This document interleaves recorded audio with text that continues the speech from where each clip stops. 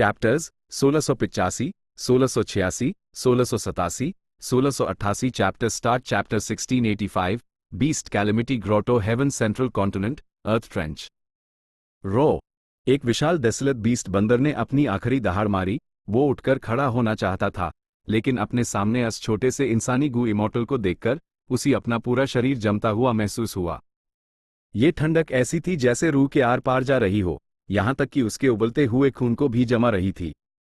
Immortal killer move, blood turns cold. ये हमला करने वाला कोई और नहीं, फैंग युआन का भाई गु यू फैंग झेंग था।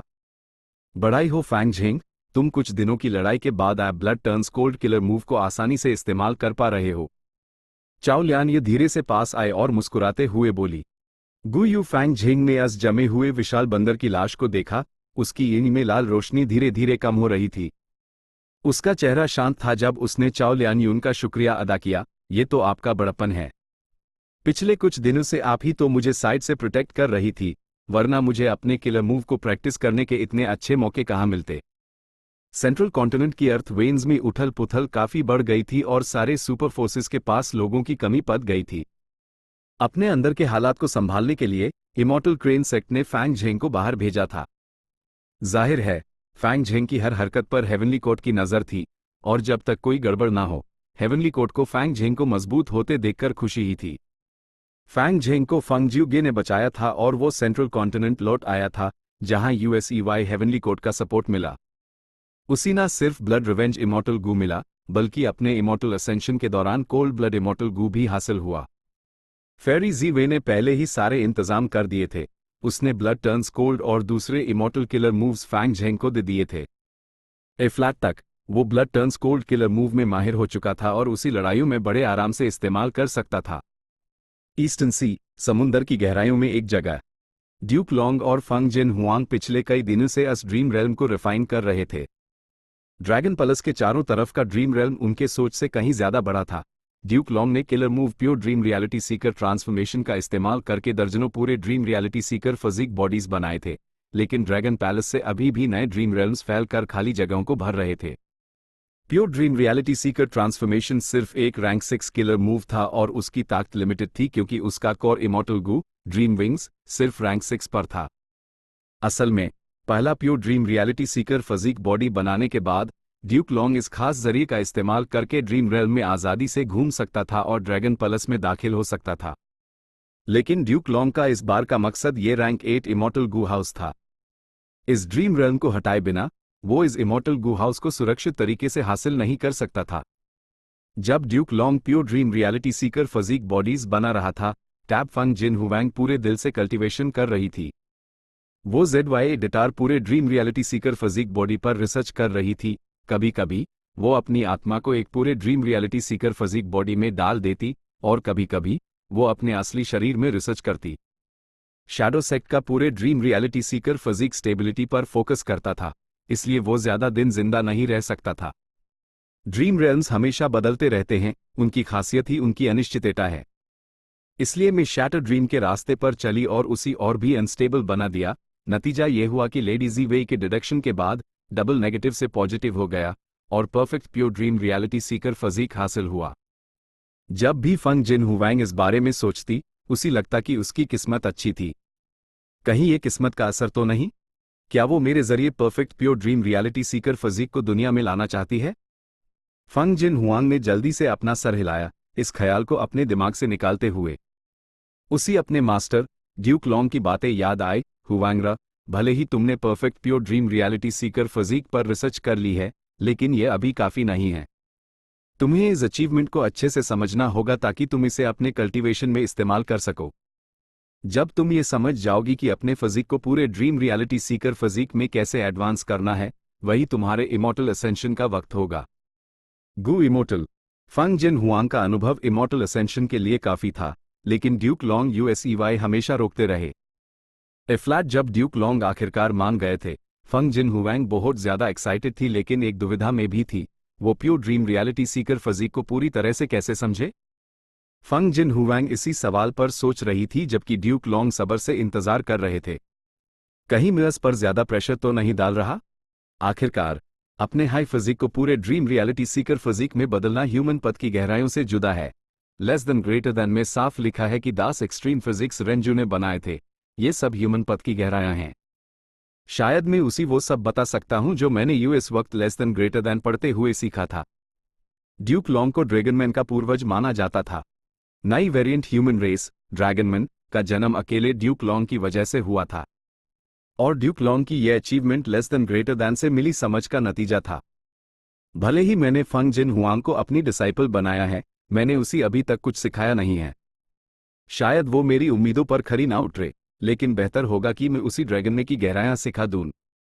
हाँ, मुझे यूएसईवाई ये चेतावनी देनी होगी कि वो किसी भी हालत में ड्रैगन में ना बनाए। नहीं, उसके नेचर के हिसाब से वो चोरी छुपे उन्हें बना सकती है। हुआंग रा हॉन्गटिंग से अलग है, खासकर उसकी पर्सनैलिटी और किस्मत को लेकर उसकी सोच। उफ, पुराने जमाने से लोगों के दिल बदल गए हैं। इस तरह की खतरनाक सोच का बाइकिंग से कोई लेना देना नहीं होना चाहिए। ये शायद फंग जियोगे का असर है। ड्यूक लॉन्ग ने जाहिर है फंग जियोगे और फेरी बाइकिंग की पूरी जांच पड़ताल की थी। आचू, फंग जियोगे ने अपनी नाक रगड़ी, उसका शरीर खून के धब्बों से भरा हुआ था। वो बड़बड़ाया, कौन है जो मेरी पीठ पीछे बात कर रहा है? उसकी हालत बहुत खराब थी। उसके कपड़े ज्यादातर फटे हुए थे, जिससे उसकी मजबूत और मस्कुलर छाती दिख रही थी। कैंस कैंस, अचानक उसने खून थूका। दो छुपे हुए गु इमॉर्टल्स सामने आ गए। उन्होंने फंग जियोगे की बुरी तरह से जख्मी हालत देखी, लेकिन उनके चेहरों पर खुशी थी। मुबारक हो लॉर्ड फंग जियोगे, रैंक 8 पर एडवांस होने के लिए। फंग जियोगे ने हल्का सा सर हिलाया। उसी अपने रैंक 8 कल्टिवेशन को लेकर कोई एक्साइटमेंट महसूस नहीं हुई। असल में वो बहुत पहले रैंक 8 पर एडवांस हो सकता था, लेकिन उसी कभी सही मौका नहीं मिला। हमेशा कोई ना कोई बंधन उसी रोक लेता था। आखिरकार उसकी एक फैमिली थी और वो स्पिरिट एफिनिटी हाउस का सबसे इंपॉर्टेंट मेंबर भी था। रैंक 8 कल्टिवेशन लेवल कोई बड़ी बात नहीं है। भले ही मेरे पास app white lychee immortal essence है, मुझे इसे जमा करने में टाइम लगेगा। मेरे पास अपने कोर इमॉर्टल गू को रैंक 8 पर एडवांस करने के लिए औकात से बाहर है। और अगर पैसे हो भी तो मुझे गू रिफाइन करने के लिए दूसरों की मदद लगेगी। शायद इसके लिए द हेवनली कोर्ट पर डिपेंड कर सकता हूं। फंग जियोगे ने अपने डाओ गार्डियन स्टेटस के बारे में सोचा, जिसका काफी फायदा उठाया जा सकता था। लेकिन सबसे जरूरी चीज वो इंस्पिरेशन है जो मुझे ट्रिब्यूलेशन से गुजरते वक्त लेस देन ग्रेटर देन से मिली।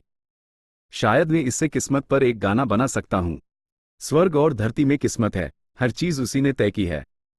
लेकिन लखपत के जन्म के बाद बदलाव की गुंजाइश पैदा हुई। इस दुनिया में हर चीज और हर किसी के पास अब चमकने का मौका है।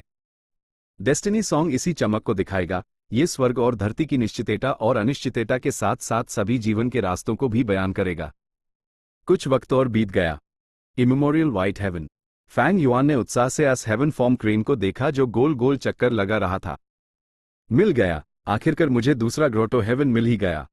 ये है बीस्ट कैलेमिटी ग्रोटो हेवन। बहुत बढ़िया, इसने कोई भी 9 हेवंस फ्रैगमेंट अपने अंदर नहीं मिलाया है। चैप्टर 1686 विशाल रक्षास फैंग युआन। इतने दिनों तक खोजने के बाद फैंग युआन को एक और ग्रोटो हेवन मिल गया और उसने 9 हेवंस का कोई भी टुकड़ा अपने अंदर नहीं समाया था। लेकिन ये एक ट्रांसफॉर्मेशन पाथ ग्रोटो हेवन है। मेरा ट्रांसफॉर्मेशन पाथ अटेनमेंट लेवल थोड़ा कम है। Master, grand master, great grand master, supreme grand master. Fang Yuan transformation path में ग्रैंड मास्टर था, उसी पूरा एक लेवल और चाहिए था। अटेनमेंट लेवल की कमी कोई बड़ी बात नहीं थी, क्योंकि यूएसईवाई ड्रीम रेल्म से हाल किया जा सकता था। सदर्न बॉर्डर में ढेर सारे ट्रांसफॉर्मेशन पाथ ड्रीम रेल्म्स दी, जो फैंग युआन को ट्रांसफॉर्मेशन पाथ में ग्रेट ग्रैंड मास्टर अटेनमेंट तक पहुंचाने के लिए काफी था। बस उसी कुछ मुश्किलों का सामना करना पड़ेगा। ड्रीम रेल्म्स के अलावा फैंग युआन के पास ट्रांसफॉर्मेशन पाथ अटेनमेंट लेवल के लिए एक और बैकअप मेथड था। वो था कैलेमिटी बेकनिंग इमॉर्टल गू, इमॉर्टल ट्रिब्यूलेशन टेम्परिंग एपर्चर, और साथ हाई नॉर्दर्न आईसी प्लेन में रेकलेस सेविज की सच्ची आत्मा का इस्तेमाल करना। इस ग्रोटो हेवन का असली मालिक एक ट्रांसफॉर्मेशन पाथ रैंक 8 गू इमॉर्टल था, जिसने एक मिरियड ट्रिब्यूलेशन पार किया था। रैंक 8 गू इमॉर्टल्स को 3 मिरियड ट्रिब्यूलेशंस पार करने पड़ते थे, उसके बाद रैंक 9 आता था। मिरियड ट्रिब्यूलेशंस बहुत भयानक होते थे और उन्हें कयामत के मिरियड ट्रिब्यूलेशन भी कहा जाता था। रैंक 8 गू इमॉर्टल्स के लिए इसमें मरने का बहुत बड़ा खतरा था, लेकिन साथ ही अपने कल्टीवेशन में तेजी से आगे बढ़ने का मौका भी। 1 मिरियड ट्रिब्यूलेशन और 2 मिरियड ट्रिब्यूलेशंस, ये एक रैंक 8 गु इमॉर्टल के कल्टिवेशन लेवल के क्लासिफिकेशन थे। अगर फैंग युआन ने इस ग्रोटो हेवन को अपने अंदर समा लिया तो उसका कल्टिवेशन सीधे 1 मिलियन ट्रिब्यूलेशन लेवल तक पहुंच जाएगा। ऐसी खतरनाक तरक्की हेवनली कोर्ट को जरूर टेंशन में डाल देगी। ड्यूक लॉन्ग और बुकिंग भी सिर्फ 2 मिलियन ट्रिब्यूलेशंस लेवल पर द तीसरा मिलियन ट्रिब्यूलेशन पार करने का मतलब रैंक 9 होता। ड्यूक लॉन्ग हालांकि जानता था कि वो उसके लिए नहीं बना है, इसलिए उसने अपना इमॉर्टल एपर्चर हेवनली कोर्ट के साथ मिला दिया और उसी एक फैंटम अपर्चर में बदल दिया। आमतौर पर बो किंग ने आगे बढ़ने की कोशिश की लेकिन मारा गया। जबकि इस बीस्ट कैलेमिटी ग्रोटो हेवन ने कोई 9 हेवंस फ्रैगमेंट नहीं मिलाया है, तो इसने कैलामिटीज और ट्रिब्यूलेशंस को कैसे पार किया? सिर्फ अपनी ताकत से बार बार कैलामिटीज और ट्रिब्यूलेशंस को पार करना आसान नहीं होगा। पिछली बार लंग या लैंड स्पिरिट कैलामिटीज और ट्रिब्यूलेशंस से डरता था, इसलिए उसने अपने ग्रोटो हेवन को एक ब्लेस्ड लैंड में बदल दिया था। ये एक बहुत ही समझदारी भरा फैसला था, लेकिन ग्रोटो हेवन को ब्लेस्ड लैंड में डाउनग्रेड करने का तरीका बहुत हाई रेयर था और यह हर ग्रोटो हेवन इस्तेमाल नहीं कर सकता था। हेवन फॉर्म चक्कर काट रहा था और इन्फॉर्मेशन भेजे रहा था। फैंग युआन ने एक अजीब बात देखी, इस ग्रोटो हेवन के कैलामिटीज और ट्रिब्यूलेशंस एक ही तरह के वो सब बीस्ट कैलामिटीज थे। बीस्ट कैलामिटीज एक तरह का ट्रिब्यूलेशन होता है, कभी कभी वो डेसोलेट बीस्ट से बनते हैं और कभी कभी एंशिएंट डेसोलेट बीस्ट से। इस ग्रोटो हेवन में heavenly tribulations desolate beast calamities grand tribulations ancient desolate beast calamities और myriad tribulations immemorial desolate beast calamities थे। ये कैसा मेथड है? ये कैलामिटीज और ट्रिब्यूलेशंस के टाइप को कंट्रोल कर सकता है। अगर सब कुछ बीस्ट कैलामिटी है तो उनसे निपटना बहुत आसान हो जाएगा। आखिरकार बीस्ट का शरीर होता है और उन्हें रोकना बारिश, हवा और कोहरे जैसा मुश्किल नहीं है। जैसे जैसे हेवन फॉर्म ने और जांच की, फैंग युआन को और गहरी जानकारी मिली। उसने आह भरी तो यह ग्रोटो हेवन कैलामिटीज और ट्रिब्यूलेशंस को रोक नहीं रहा, बल्कि किसी भी कैलामिटी और ट्रिब्यूलेशन को एक बीस्ट कैलामिटी में बदल रहा है। सच में कमाल का मेथड है। कैलामिटीज और ट्रिब्यूलेशंस कई तरह के होते लेकिन उनका बनना इस बीस्ट कैलामिटी ग्रोटो हेवन में प्रभावित होता था और आखिर में वो खतरनाक जानवरों में बदल जाते थे। कैलामिटी बेकनिंग, इमॉर्टल गु और इमॉर्टल ट्रिब्यूलेशन टेम्परिंग एपर्चर के अलावा फैंग युआन को आखिरकार एक और मेथड मिला जो कैलामिटीज और ट्रिब्यूलेशंस के खिलाफ था, वो था बीस्ट कैलामिटी ट्रांसफॉर्मेशन। हर ग्रोटो हेवन जो लगातार एग्जिस्ट कर सकता है वो आम नहीं होता। प्रोफाउंड लिटरेचर ग्रोटो हेवन ऐसा ही है। बीस्ट कैलामिटी ग्रोटो हेवन तो उससे भी बढ़कर है। ये सच में एक अनएक्सपेक्टेड सरप्राइज है। इस ग्रोटो हेवन में एक बड़ी आबादी और बेशुमार रिसोर्सेस हैं और सबसे जरूरी बीस्ट कैलामिटी ट्रांसफॉर्मेशन का मेथड। मुझे ये मेथड हासिल करना ही होगा, ये मेरे ट्रिब्यूलेशन से निपटने में बहुत काम आएगा। ये सोचते हुए फैंग युआन ने अपना white lychee immortal essence heaven form crane को ट्रांसफर कर दिया। एक सफेद रोशनी धीरे धीरे फैली और फैंग युआन अंदर उठ गया। इस बार उसी किसी रैंक 8 गु इमॉर्टल ने नहीं रोका, क्योंकि इस बीस्ट कैलामिटी ग्रोटो हेवन में कोई रैंक 8 एग्जिस्टेंस था ही नहीं। लेकिन जब वो अंदर जा रहा था, पूरा ग्रोटो हेवन हिलने लगा। एक गहरी और विशाल शक्ति हर दिशा से आई, जिसने न सिर्फ सफेद रोशनी को प्रभावित किया बल्कि फैंग युआन पर भी दबाव डाला। ये क्या है? फैंग युआन पहले तो थोड़ा हैरान हुआ, लेकिन फिर जल्दी ही समझ गया। उसके चेहरे पर एक अजीब सा एक्सप्रेशन था। तो ये बात है, मैं इस ग्रोटो हेवन से नहीं हूं और बाहरी दुनिया से आया हूं, क्योंकि मेरी ताकत बहुत ज्यादा है और ग्रोटो हेवन मुझे रिजेक्ट करना चाहता है। ये मुझे एक ट्रिब्यूलेशन समझ रहा है। यह beast calamity grotto heaven calamities और ट्रिब्यूलेशंस को अलग अलग तरह के जानवरों में बदल सकता था और अभी ये शक्ति फैंग युआन को प्रभावित कर रही थी। फैंग युआन ने सोचा, इस शक्ति का जबरदस्ती सामना करना मुमकिन है, लेकिन मुझे डर है कि हमारी लड़ाई में कहीं ये मेथड बर्बाद ना हो जाए। भले हाई हेवन फॉर्म ने कई इनहेरिटेंस ग्राउंड्स ढूंढे हैं जो असली मालिक ने छोड़े थे, लेकिन क्या पता बीस्ट कैलामिटी ट्रांसफॉर्मेशन का मेथड वहां रिकॉर्ड ना किया गया हो। हर एहतियात के लिए बीस्ट कैलामिटी ग्रोटो हेवन को उसके असली रूप में रखना और किसी भी जरूरी अरेंजमेंट को बर्बाद ना करना ही बेहतर था। ये सोचते हुए फैंग युआन ने हिम्मत करके अपने सारे डिफेंसेस हटा दिए। फिर उसने महसूस किया कि उसके शरीर पर अनंत टेम्पररी ट्रांसफॉर्मेशन पाथ डाउ मार्क्स जुड़ रहे हैं। इसी के साथ उसके दूसरे डाउ मार्क्स भी ट्रांसफॉर्मेशन पाथ डाउ मार्क्स में बदल गए। कमाल है, कमाल। ट्रांसफॉर्मेशन पाथ हर पथ को प्रोजेक्ट कर सकता है। ट्रांसफॉर्मेशन पाथ डाउ मार्क्स किसी भी पथ के डाउ मार्क्स में बदल सकते हैं। अभी यह ट्रांसफॉर्मेशन उल्टा हो गया है। दूसरे पाथ्स के डाओ मार्क्स को ट्रांसफॉर्मेशन पाथ डाओ मार्क्स में बदल रहा है। फैंग युआन ने आ भरते हुए बार बार तारीफ की, यह मेथड आम नहीं है, इसमें ट्रांसफॉर्मेशन पथ की सबसे गहरी समझ शामिल लगती है। ऐसा लग रहा है कि मुझे बस यहाँ कुछ बार अंदर बाहर आना होगा और इस प्रभाव को अपने शरीर पर असर करने देना होगा ताकि मैं इस मेथड का असली सार समझ सकूं। ऑफ कोर्स, सबसे तेज तरीका इन इनहेरिटेंस ग्राउंड्स पर हमला करके असली इनहेरिटेंसेस को हासिल करना है। मैं चेक कर सकता हूं कि वहां बीस्ट कैलेमिटी ट्रांसफॉर्मेशन का ओरिजिनल रिकॉर्ड है या नहीं। फैंग युआन का शरीर बदल रहा था और लगातार बड़ा हो रहा था। धीरे धीरे वो पहचान में नहीं आ रहा था क्योंकि वो एक जानवर में बदल रहा था। अगर हेवन फॉर्म ने पहले ही साफ साफ जांच नहीं की होती कि इस ट्रांसफॉर्मेशन का कोई साइड इफेक्ट नहीं है, तो फैंग युआन इस तरह के प्रभाव को स्वीकार करने की हिम्मत नहीं करता। दहाड़ थोड़ी देर बाद फैंग युआन एक बड़े से राक्षस में बदल गया जिसका सर सांड का और शरीर इंसान का था। वो एक पहाड़ जितना बड़ा था, उसकी खाल स्टील जैसी सख्त थी, सांड के बाल उसके पूरे शरीर पर द और उसकी नाक से भारी सांसों की आवाज आ रही थी जब वो बड़े बड़े कदम आगे बढ़ा रहा था। पूरा बीस्ट कैलेमिटी ग्रोटो हेवन हिल गया। अनगिनत लोगों ने आसमान की तरफ देखा और फैंग युआन को देखा। एक पाल के लिए हैरान होने के बाद चीख पुकार से आसमान गूंज उठा। राक्षस! एक राक्षस फिर से आ गया। ये राक्षस कितना बड़ा है, इसकी ऑरा भी पिछले वालों से बिल्कुल अलग है। जल्दी जल्दी हमारे बीस्ट वॉरियर्स को बुलाओ। अनगिनत लोगों की बेचैनी भरी उम्मीदों के बीच एक कॉम्बैट बीस्ट वॉरियर सामने आया। ये एक अधे उम्र का आदमी था जिसके पास रैंक 7 गु इमॉर्टल कल्टिवेशन लेवल था, लेकिन उसकी ऑरा थोड़ी अजीब थी। वो साधारण दिखता था और उसका चेहरा गंभीर था जब वो शहर की दीवार के ऊपर चला गया। इतिहास में इतने बड़े राक्षस के आने का सिर्फ एक हाई रिकॉर्ड है। उसको एक नज़र देखने से ही मुझे एक ऐसी भयानक शक्ति महसूस हो रही है जिसका कोई तुलना नहीं। उसने अंदर ही अंदर आ भरी और अपनी मुट्ठियां भींच ली। उसकी उंगली में लड़ाई की आग जलने लगी। लेकिन मेरे वतन के लिए, प्यार और इंसाफ की रक्षा के लिए, मैं इस राक्षस को हर हाल में हराऊंगा। आ जाओ मेरे कॉम्बैट बीस्ट, ट्रांसफॉर्म! असधे उम्र के आदमी ने जोर से चिल्लाया और उसका पूरा शरीर रोशनी से चमकने लगा। जल्द ही एक चील की चीख सुनाई दी। एक चांदी जैसी सफेद विशाल चील आसमान से उड़ती हुई आई। ये एक एंशिएंट डेसोलेट बीस्ट था। चांदी जैसी सफेद विशाल चील का शरीर भी रोशनी से चमकने लगा। अधे उम्र का आदमी उछला जबकि चांदी जैसी सफेद विशाल चील नीचे झपटी। दोनों पर रोशनियां और तेज होती गई और जब दोनों हवा में मिले तो दोनों रोशनियां एक हो गई। बूम! रोशनियां गायब हो गई।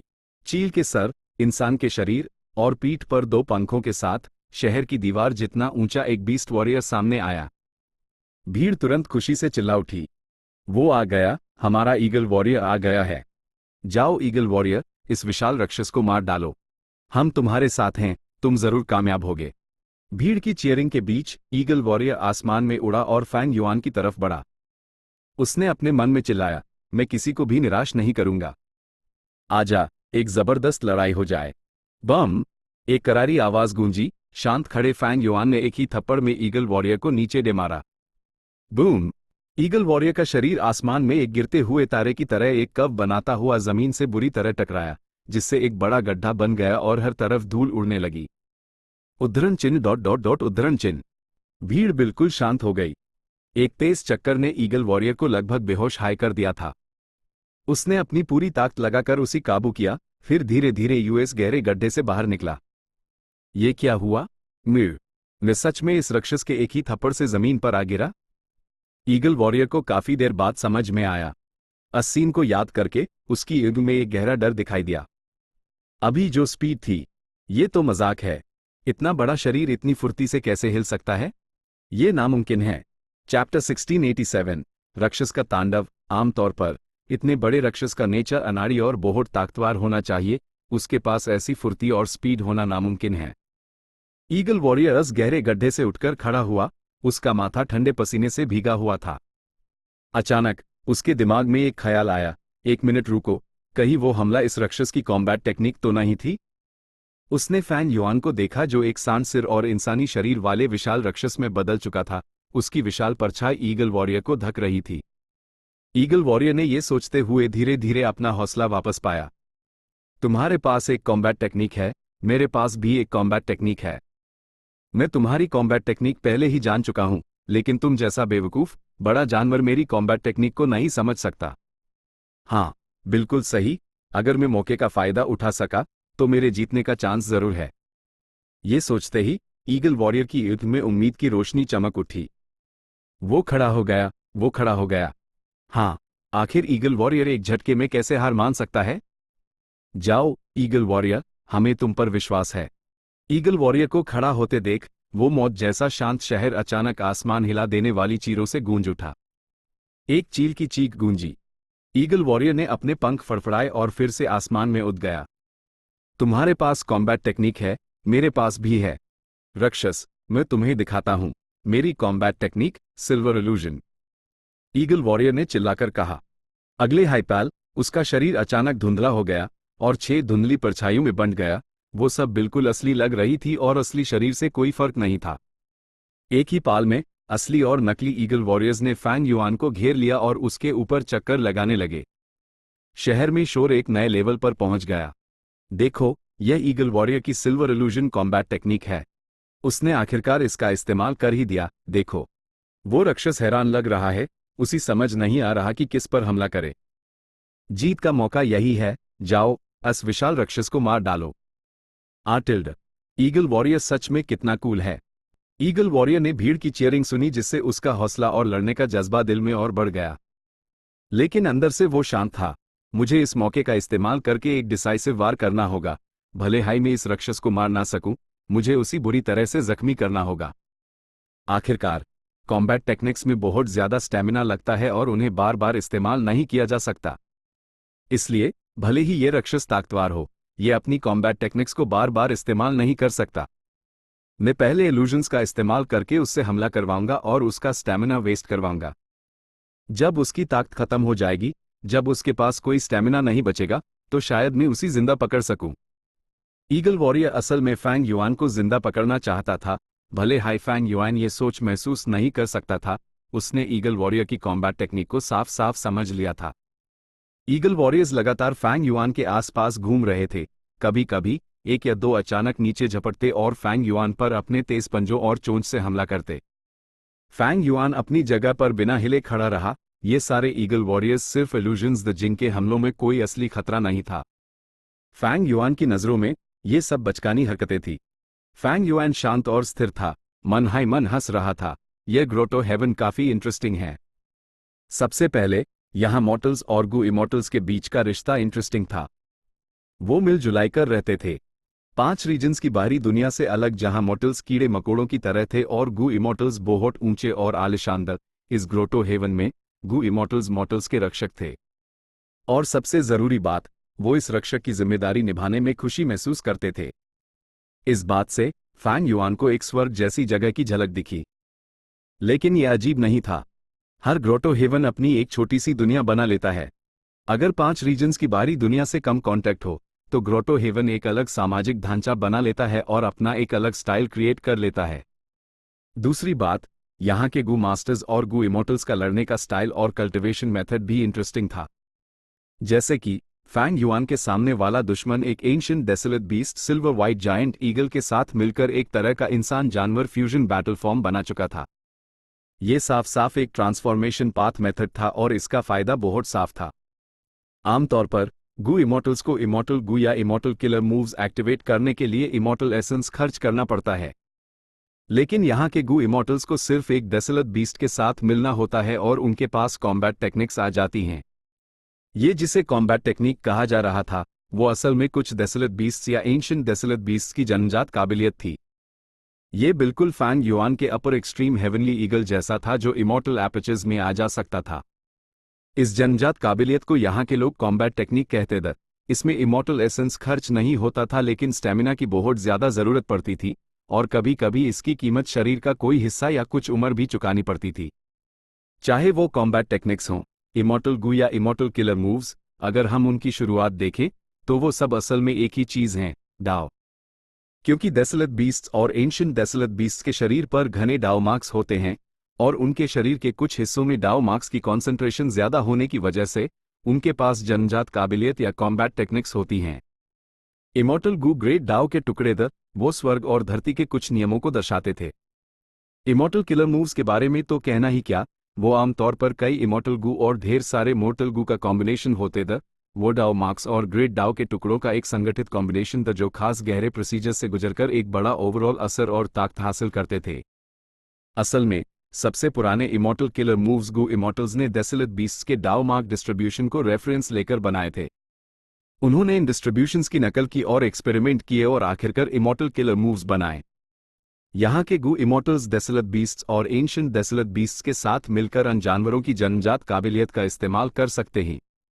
उन्हें किसी इमॉर्टल गू को रिफाइन करने में इतनी मेहनत नहीं करनी पड़ती और वो इमॉर्टल किलर मूव्स ट्रेन करने और बनाने के खतरे और खर्चे से भी बच जाते हैं। ये फायदा सच में बहुत बड़ा था। इमॉर्टल गू ढूंढना मुश्किल था और हर इमॉर्टल गू यूनिक था, लेकिन डेसोलेट बीस्ट्स और एंशिएंट डेसोलेट बीस्ट्स बहुत सारे थे, यहाँ तक कि अपर एक्सट्रीम हेवनली ईगल जैसे इमेमोरियल डेसोलेट बीस्ट्स भी झुंड में मिल सकते थे। जन्मजात टैलेंट वाले डेसोलेट बीस्ट्स और एंशिएंट डेसोलेट बीस्ट्स अपनी बुद्धि की कमी के कारण अक्सर बेवकूफ लगते थे, लेकिन जब वो गू इमॉर्टल्स के साथ मिल जाते थे तो गू इमॉर्टल्स को उनके जन्मजात टैलेंट्स मिल जाते थे और उन्हें गू इमॉर्टल की बुद्धि भी मिल जाती थी। ये दोनों के लिए एक विन विन सिचुएशन थी, उनके फायदे एक दूसरे की कमी को पूरा करते थे। लेकिन ये मेथड इतना फ्लेक्सिबल नहीं है, लड़ते वक्त इस्तेमाल करने का सिर्फ एक ही तरीका है। जन्मजात काबिलियत इतनी वेरीड नहीं है और उन्हें आसानी से टारगेट और रोका जा सकता है, वो खामियों से भरी हैं। फैंग युआन ने इसके नुकसान भी देख लिए थे, लेकिन कुल मिलाकर इस मेथड के फायदे अभी भी बहुत बड़े हैं, नुकसान से कहीं ज्यादा। अगर यह पॉपुलर हो जाए तो 5 रीजन्स इसका खुले दिल से स्वागत करेंगे। खुशकिस्मती से यह मेथड मेरी पिछली जिंदगी में लीक नहीं हुआ, वरना मेरी यादें बिल्कुल अलग होती। क्योंकि यह मेथड गू इमॉर्टल बैटल स्ट्रेंथ को बड़े पैमाने पर प्रोड्यूस करने का सबसे अच्छा तरीका था। भले ही यह हाई लेवल बैटल स्ट्रेंथ पर असर ना डाल सके, लेकिन यह कुछ सिचुएशंस को पलटने के लिए काफी था। 5 रीजन्स में कई रैंक 6 गू इमॉर्टल्स थे जिनके पास एक भी इमॉर्टल गू नहीं था, और ये लोग हर रीजन के गू इमॉर्टल दुनिया की मेजॉरिटी थे। जब एक रीजन के पास ये मेथड हो और दूसरे के पास ना हो और उनकी लड़ाई हो, तो मिड से लो लेवल गू इमॉर्टल बैटल्स के आधार पर इस मेथड वाले रीजन के जीतने के चांस बहुत ज्यादा होंगे। यह फ्यूजन एबिलिटी कोई नई चीज नहीं है, लेकिन ये कभी फली फूली नहीं। सबसे बड़ी रुकावट डाओ मार्क्स का कॉन्फ्लिक्ट है, लेकिन इस ग्रोटो हेवन के पास दूसरे डाओ मार्क्स को ट्रांसफॉर्मेशन पाथ डाओ मार्क्स में बदलने का तरीका है, तो गू इमॉर्टल्स आसानी से डेसोलेट बीस्ट्स के साथ फ्यूज हो सकते हैं। यह फ्यूजन मेथड बीस्ट कैलेमिटी के ट्रांसफॉर्मेशन मेथड जैसा ही है। ये नतीजा निकालने के बाद फैंग युआन इस ट्रांसफॉर्मेशन पाथ मेथड को और भी ज्यादा हासिल करना चाहता था। मेरे पास जरूरी काम है, इन मक्खियों को मुझे परेशान करना बैंड कर देना चाहिए। अपने मन में सोचते हुए फैंग युआन ने एक टाइम पाथ मेथड एक्टिवेट किया। उसके ऐप के टाइम पाथ किलर मूव्स पहले जैसे नहीं थे। ईगल वॉरियर अभी भी जांच पड़ताल कर रहा था जब उसने हैरानी से देखा कि उसके आसपास का समय अनगिनत गुना धीमा हो गया है। ये समय इतना धीमा हो गया है, ये कैसे मुमकिन है? ईगल वॉरियर पूरी तरह से दहशत में था। उसी अपनी स्पीड पर काफी भरोसा था, लेकिन जब समय पर ही असर पड़ रहा था तो वो अपना सबसे बड़ा फायदा, स्पीड, इस्तेमाल नहीं कर पा रहा था। चलो इसे खत्म करते हैं। फैंग युआन ने धीरे से अपनी हथेलियां बढ़ाई, उसकी 10 उंगलियां खुली और उसने दोनों चील के पंखों को पकड़ लिया। कमीन, कमीन, हिलो, हिलो। ईगल वॉरियर मन हाय मन दहाड़ा, लेकिन अपनी पूरी ताकत से उड़ने के बावजूद वो सिर्फ थोड़ी सी दूरी ही तय कर पाया। स्विश! अगले हाईपैल फैंग युआन ने जोर लगाया और तुरंत दोनों पंखों को फाड़कर अलग कर दिया। ईगल वॉरियर का चेहरा दर्द से बिगड़ गया। उसकी पीठ पर बने घावों से खून बहने लगा, एक फव्वारे की तरह जोर से उबल रहा था। ईगल वॉरियर, नहीं! अनगिनत लोग हैरानी, डर और दहशत में चिल्ला उठे। उनकी पहले की खुशी अब खत्म हो चुकी थी। कुछ तो वहीं बेहोश हो गए, जबकि कुछ ने अपने चेहरे ढक लिए। फैंग युआन ने धीरे से अपने हाथ ईगल वॉरियर के सर पर रखे। ईगल वॉरियर का दिल जोर से धड़कने लगा जब उसी मौत की एक तीव्र अनुभूति हुई। तो ये थी इसकी कॉम्बैट टेक्निक। समय को धीमा करना सच में एक भयानक कॉम्बैट टेक्निक। लेकिन भले ही मैं यहां मर जाऊं, इसका कुछ तो मतलब था। कम से कम मैं इसके राज को उजागर करने में कामयाब रहा। ऐसा सोचते हुए ईगल वॉरियर जोर से चिल्लाया, राक्षस! तो क्या हुआ अगर तुम मुझे मार भी दोगे? अभी भी बहुत से बीस्ट वॉरियर्स तुम्हें मारने आ रहे हैं, तुम्हारी मौत तो तय है। बम! फैंग युआन ने अपने हाथों के बीच जोर लगाया और जैसे एक तरबूज जमीन पर पटक दिया हो, ईगल वॉरियर का सर फट गया, सफेद लाल दिमाग का गुड़ा और हड्डियां हर तरफ बिखर गई। फैंग युआन ने अपनी हथेलियां ढीली की। प्लोप! बिना सर वाला ईगल वॉरियर का शव जमीन पर गिरा, जिससे धूल का गुबार उठा। फैंग युआन ने शहर की तरफ देखा। उसका शरीर विशाल था, ऊंची शहर की दीवारें सिर्फ उसके घुटनों तक पहुंच सकती थी। उसका चेहरा शांत था, लेकिन उसके सांड के सर ने अनगिनत लोगों को दहशत में डाल दिया। सफेद बादल उसके कंधों के पास घूम रहे थे, और जो साफ आसमान होना चाहिए था वो उसके विशाल शरीर से ढक गया था। उसकी परछाई सबके दिलों पर छा गई थी। शहर में बहुत बड़ी भीड़ थी, लेकिन किसी ने एक आवाज नहीं निकली। मौत जैसी खामोशी थी। फैंग युआन धीरे धीरे शहर की तरफ बढ़ा। अगले हाईपैल जैसे एक धमाका हुआ हो। अनगिनत लोग चीखने और रोने लगे जब वो बिना सर की मक्खियों की तरह हर दिशा में भागने लगे। फैंग युआन की ऊंची नजर से यह मॉर्टल्स चींटियों के एक झुंड की तरह लग रहे थे जो शहर के चारों दरवाजों से बिखर रहे थे। फैंग युआन ने उन्हें नजरअंदाज किया और शहर की तरफ बढ़ता रहा। बम! उसकी पिंडली शहर की दीवार से टकराई, जिससे वो तुरंत पूरी तरह से ढेर हो गई। वो शहर की मुख्य सड़क पर चल रहा था, लेकिन अगर उसी 5 से 6 गुना बड़ा भी कर दिया जाता, फैंग युआन की एड़ी अभी भी पूरी सड़क को ढक लेती। इमारतें छोटे कागज के डब्बों की तरह गिर गई जब फैंग युआन उनसे टकराया। कुछ बदकिस्मत मॉर्टल्स भी थे जो सीधे पैरों तले कुचल कर कीमा बन गए। चैप्टर 1688 रुकावट दहाड़। राक्षस फैंग युआन ने एक दहाड़ मारी। उसका विशाल शरीर एक जंगल को पार कर रहा था और इस दौरान उसने अनगिनत विशाल पेड़ों को आसानी से उखाड़ फेंका। पीछे हटो, पीछे हटो! डियर वॉरियर एक लंबा भाला पकड़े हुए था। वो खून उगल रहा था जब वो फैंग युआन का सामना करने गया। अपनी जिंदगी दांव पर लगाकर स्पिरिट स्प्रिंग फॉरेस्ट के निवासियों के लिए समय खरीदने की कोशिश कर रहा था। लेकिन आखिर में डियर वॉरियर की गर्दन फैंग युआन ने तोड़ दी और उसकी एक दर्दनाक मौत हुई। तस्वीर यहीं खत्म हुई, जिससे हॉल में एक शोर शराबा मच गया। दर्जनों जोशीले और ताकतवर योद्धा मर्द और औरतें, बूढ़े और जवान धीमी आवाज में बात कर रहे थे। उनकी बातों और चेहरों पर हैरानी और गुस्सा साफ झलक रहा था। तभी एक दुबले पतले बूढ़े आदमी ने एक ऊंचे मंच से 2 बार खांसा। हॉल में तुरंत शांति छा गई। सभी बीस्ट वॉरियर्स ने यूएस बूढ़े आदमी को इज्जत भरी नजरों से देखा। बूढ़े आदमी ने कहा, तुम सबने तस्वीरें देख ली हैं। जब से बुल हेडेड डेमन गॉड उतरा है, उसने sacred eagle city, dark valley और स्पिरिट स्प्रिंग फॉरेस्ट को तबाह कर दिया है। एक लाल बालों वाले अनाड़ी ने चिल्लाकर कहा, लॉर्ड कॉम्बैट बीस्ट किंग, हम और किस बात का इंतजार कर रहे हैं? दुनिया के लगभग सारे कॉम्बैट बीस्ट वॉरियर्स यहाँ हैं और इस बुल हेडेड डेमन गोद को खत्म करने के लिए आपके हुक्म का इंतजार कर रहे हैं। हाँ लॉर्ड, हमें हुक्म दीजिए। हम और इंतजार नहीं कर सकते। हमें बुल हेडेड डेमन गोद के बारे में पहले ही जानकारी मिल चुकी है। ईगल वॉरियर और दीर वॉरियर उसके हाथों बुरी तरह से मारे गए। हमें उनका बदला लेना ही होगा। कई कॉम्बैट बीस्ट वॉरियर्स बोलने लगे। हॉल का माहौल जोश से भर गया। बूढ़े आदमी ने सिर्फ अपना हाथ उठाया और नीचे दबाया। हॉल एक बार फिर शांत हो गया।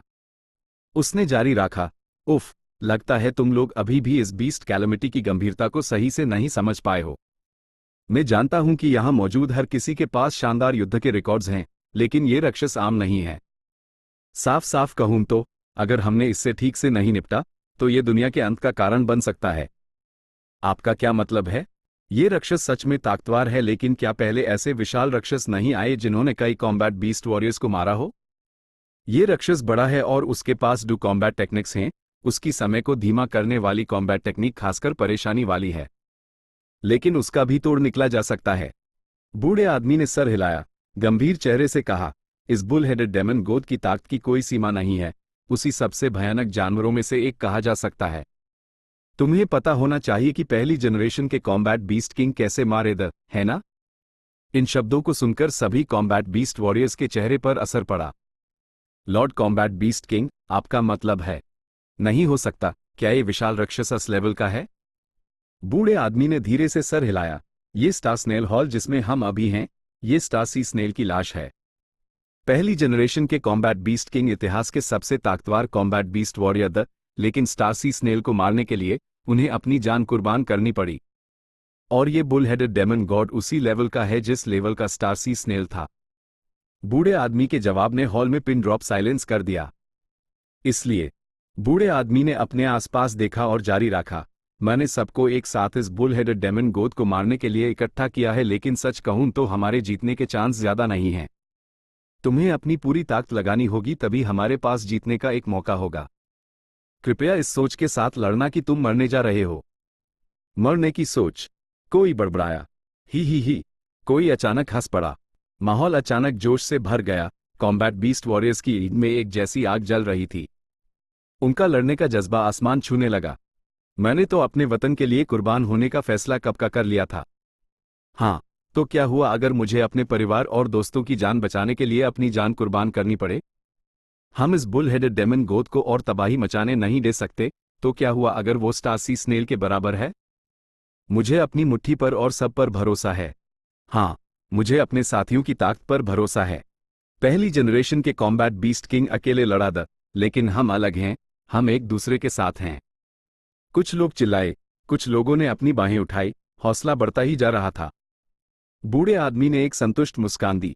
बहुत अच्छे, मेन स्टासी स्नेल के शेल के साथ फ्यूज होने जा रहा हूं और तुम सबको वहां ट्रांसपोर्ट करूंगा। हम बुल हेडेड डेमन गोद को घेर लेंगे और उसी अचानक से पकड़ लेंगे। याद रखना, इस दुनिया का भविष्य तुम्हारे कंधों पर है। हम समझ गए। स्टासी स्नेल का शेल हिलने लगा। फैंग युआन एक बंजर जमीन पर चल रहा था। वो अभी भी एक सांड सिर और इंसानी शरीर वाले राक्षस के रूप में था। उसका आकार एक पहाड़ जितना ऊंचा था। उसके कंधे बादलों की ऊंचाई पर थे और उसके कदमों से गड्ढे बन रहे थे। उसका हर कदम जमीन हिला देने वाली आवाज पैदा कर रहा था। पहली जनरेशन का कॉम्बैट बीस्ट किंग हाई इस ग्रोटो हेवन का असली मालिक होना चाहिए। फैंग युआन ऐप पूरी तरह से शो था। उसने 3 जगहों को तबाह किया था और बीस्ट कैलेमिटी ग्रोटो हेवन के असली मालिक की विरासतें ले ली थी। ये विरासतें बिल्कुल सही सलामत थी, और भले ही कई साल बीत चुके थे, उन्हें दूसरे कॉम्बैट बीस्ट वॉरियर्स ने नहीं लिया था। जानवरों के साथ मिलने का कल्टीवेशन मेथड सुविधाजनक तो है, लेकिन अफसोस कि ये सही गू कल्टीवेशन मेथड नहीं है। इस तरह का रास्ता जितना आगे बढ़ो उतना ही टांग होता जाता है। इसलिए इन लोगों को बीस्ट कैलेमिटी इमॉर्टल की असली विरासत के बारे में खबर तक नहीं है। कौन है? फैंग युआन अचानक रुक गया। उसकी निगाहें सतर्क हो गई। अगले हाईपैल सितारों की रोशनी फैली और कॉम्बैट बीस्ट वॉरियर्स एक के बाद एक प्रकट हुए। उसी चारों तरफ से घेर लिया। राक्षस, जा और मर जा। दुनिया की शांति के लिए मुझे सब कुछ कुर्बान करने में भी कोई अफसोस नहीं होगा। सब लोग एक साथ हमला करो। खुद पर विश्वास रखो, अपने दोस्तों पर विश्वास रखो। भले ही राक्षस ज्यादा ताकतवर हो, वो हम सबका मुकाबला नहीं कर सकता। लड़ाई अचानक शुरू हो गई। उसी समय ईस्टर्न सी में समुंदर के नीचे एक जगह मास्टर हो गया। ए फ्लैट और कोई ड्रीम रेल्म्स बाहर नहीं आ रहे हैं। फंग जिन हुआंग ने उत्साह से रैंक 8 इमॉर्टल गू हाउस ड्रैगन प्लस को देखा। ड्यूक लॉन्ग ने सर हिलाया। पिछले कुछ दिनों की हमारी कड़ी मेहनत बेकार नहीं गई। सबसे बड़ी रुकावट हट गई है। ड्रैगन पैलेस ड्रीम रेल्म्स की एक परत से ढका हुआ है। भले ही फ्रेमवर्क में कोई गड़बड़ नहीं है, पूरा इमॉर्टल गू हाउस काम करना बैंड कर चुका है। ये हमारे लिए उसी हासिल करने का सबसे सही मौका है। जब ड्यूक लॉन्ग सोच रहा था, एक पुरानी याद अचानक उसके दिमाग में उभार आई। हॉल में लिखा लाल लॉन्जेविटी शब्द बहुत साफ दिख रहा था। ड्यूक लॉन्ग मुख्य कुर्सी पर बैठा था, ड्रैगन में से घिरा हुआ। दादाजी, मैं जन्मदिन की शुभकामनाएं देने आया हूं। मैं दुआ करता हूं कि आपको ईस्टर्न सी जितना गहरा आशीर्वाद मिले और साउदर्न बॉर्डर के पहाड़ों जितनी लंबी उम्र। ये एक डेसोलेट बीस्ट है जिसका शिकार मैंने खुद आपके लिए किया है। उम्मीद है दादाजी को पसंद आएगा। एक ड्रैगनमैन नौजवान जमीन पर आधा घुटने टेके बैठा था जब उसने अपने सामने एक प्लेट रखी। प्लेट पर एक छोटा सा सीहॉर्स था। यह डेसोलेट बीस्ट हैप्पीनेस सीहॉर्स है। ये बहुत तेज होता है और इसे मारना मुश्किल है। 7वें यंग मास्टर का सिर्फ रैंक 6 कल्टीवेशन लेवल है।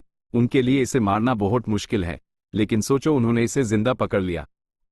मैंने सुना है कि इस हैप्पीनेस सीहॉर्स को पकड़ने के लिए 7वें यंग मास्टर ने समुंदर के नीचे 1 महीना बिना हिले गुजारा। उनकी पिता भक्ति सच में दिल छू लेने वाली है। आसपास के लोग चर्चा कर रहे थे। उनमें इंसान गू इमॉर्टल्स भी थे, लेकिन ZYA डटार ड्रैगनमैन थे। इन ड्रैगनमैन में गू इमॉर्टल्स भी थे और मोर्टल गू मास्टर्स भी। वो सब ड्यूक लॉन्ग के वंशज थे।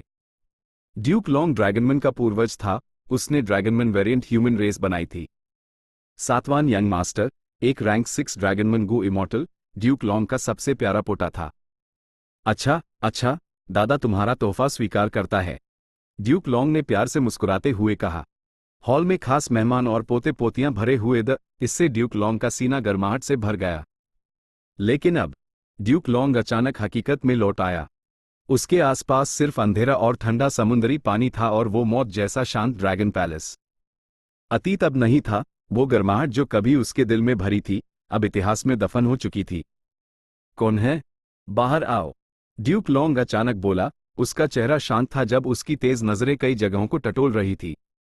जैसा कि हेवनली कोर्ट के ड्यूक लॉन्ग से उम्मीद थी, आपकी समझ कितनी तेज है। एक बूढ़ी औरत धीरे से सामने आई। वो झुकी हुई थी। उसके चेहरे पर गहरी झुर्रियां थीं जो एक बैंगनी जहरीले सांप के पैटर्न जैसी लग रही थी। उसके चेहरे से उसकी बाहों तक और पूरे शरीर तक फैली हुई थी। ड्यूक लॉन्ग, हम ये इमॉर्टल गू हाउस हासिल करके ही रहेंगे। एक और गू इमॉर्टल प्रकट हुआ। उसने सफेद लिबास पहना था। वो जवान दिखता था और खूबसूरत था। तुम्हारा सेंट्रल कॉन्टिनेंट वो चीज लेना चाहता है जो हमारे ईस्टर्न सी की है? HMPH। तीसरे गू इमॉर्टल ने ठंडी सांस भरी। वो हट्टा कट्टा था और उसकी तिकोनी एड ठंडी रोशनी से चमक रही थी। आखिरी गू इमॉर्टल धीरे से ड्यूक लॉन्ग के पास पीछे से आया। उसने काला चोगा पहना था। उसका चेहरा नहीं दिख रहा था। वो एक डरावने भूत की तरह शांत था, अंधेरी एनर्जी से भरा हुआ। Granny Rong, Yang Jiehe, Shi Miao और जैंग येन, तुम सब ईस्टर्न सी के गू इमॉर्टल दुनिया के अकेले और डिमोनिक इमॉर्टल्स हो। क्या तुम लोगों के लिए रैंक 8 तक कल्टिवेट करना आसान था? क्यों अपनी जान देने मेरे सामने आ गए हो? ड्यूक लॉन्ग 4 रैंक 8 गू इमॉर्टल्स से जी हायर होने के बावजूद अभी भी रिलैक्स था। फालतू की बातें बैंड करो, चलो लड़ते हैं। शी मियाओ ने पहल की। एक भयानक युद्ध शुरू हो गया। Chapter and.